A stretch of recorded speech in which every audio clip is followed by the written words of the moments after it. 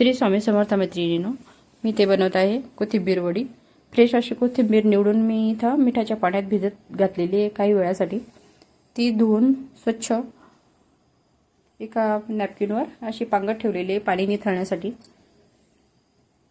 इकडे मी 5-6 हिरव्या मिरच्या, 9-10 लसणाच्या पाकळ्या आणि 1 चमचा जिरं जाडसर वाटून घेते। कोथिंबीर आता कोरडी झालेली आहे, ती आता बारीक चिरून घेत आहे। माझे व्हिडिओ आवडत असतील तर प्लीज लाईक, शेअर, सबस्क्राइब करा आणि कमेंट बॉक्समध्ये नक्की सांगा माझे व्हिडिओ आवडतात की नाही।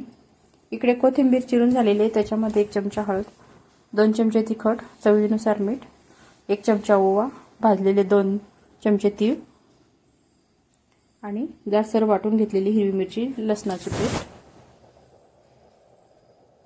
आणि कोथिंबीरीच्या अकॉर्डिंग आपल्याला इथं बेसन घ्यायचे।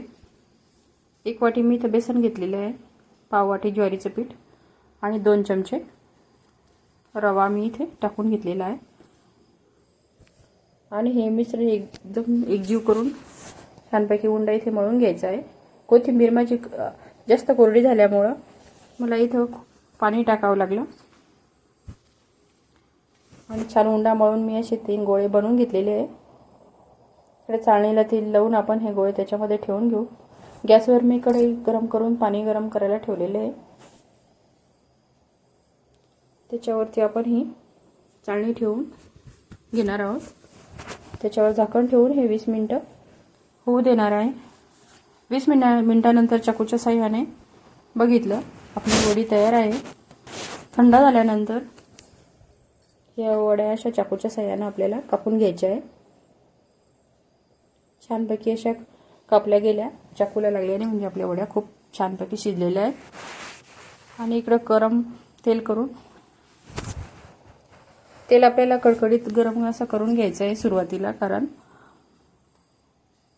थंड तेलात वडी सोडली तर तेलकट होते, म्हणून कडकडीत तेलातच आपल्याला वड्या सोडायच्या आहेत। आणि अशा प्रकारे आपल्याला ह्या वड्या अशा खमंग तळून घ्यायच्या आहेत। इथे मी प्लेन चाकूच्या साहाय्याने वड्या कापून घेत होते, तर माझ्या वड्या अशा फुटत होत्या आणि नंतर मी असा खरबडा तो धारेवाला चाकू घेतला, तर छानपैकी मला इथे वड्या कापता आल्या। बघा, वड्या सगळ्या तळून झालेल्या आहे आपल्या वड्या।